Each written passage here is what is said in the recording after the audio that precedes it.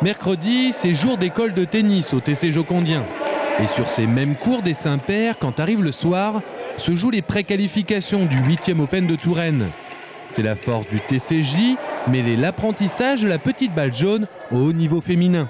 Ce qui est intéressant pour nous d'avoir ce tournoi WTA au club, c'est de permettre de montrer justement à ces jeunes que ce niveau-là est accessible, qu'ils peuvent le voir, ce sont des championnes qui peuvent voir, alors que Roland Garros, souvent, ils le voient à la télévision. Donc c'est pas toujours simple de s'identifier à ces joueurs-là ou à ces joueuses-là. Et là, le fait que ce soit à la maison, nous, l'objectif, c'est que les petits viennent voir et que ça leur donne envie de jouer comme elles, quoi, en fait, hein, tout simplement d'atteindre ce niveau et de se rendre compte que c'est possible de jouer comme ça dans un club normal.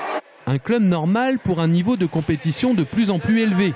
Avec la disparition en France de tournois dotés à 75 000 $, les tenniswomen qui veulent grimper au classement WTA sans se casser les dents sur les tournois à 100 000 se tournent naturellement vers l'Open de Touraine doté de 50 000 $.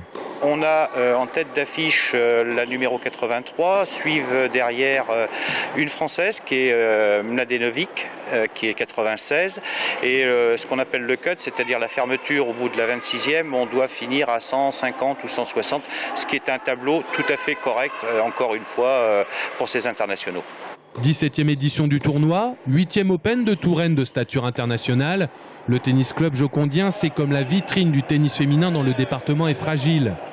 Espérons qu'elle ne se brise pas pour le haut niveau et pour la jeunesse.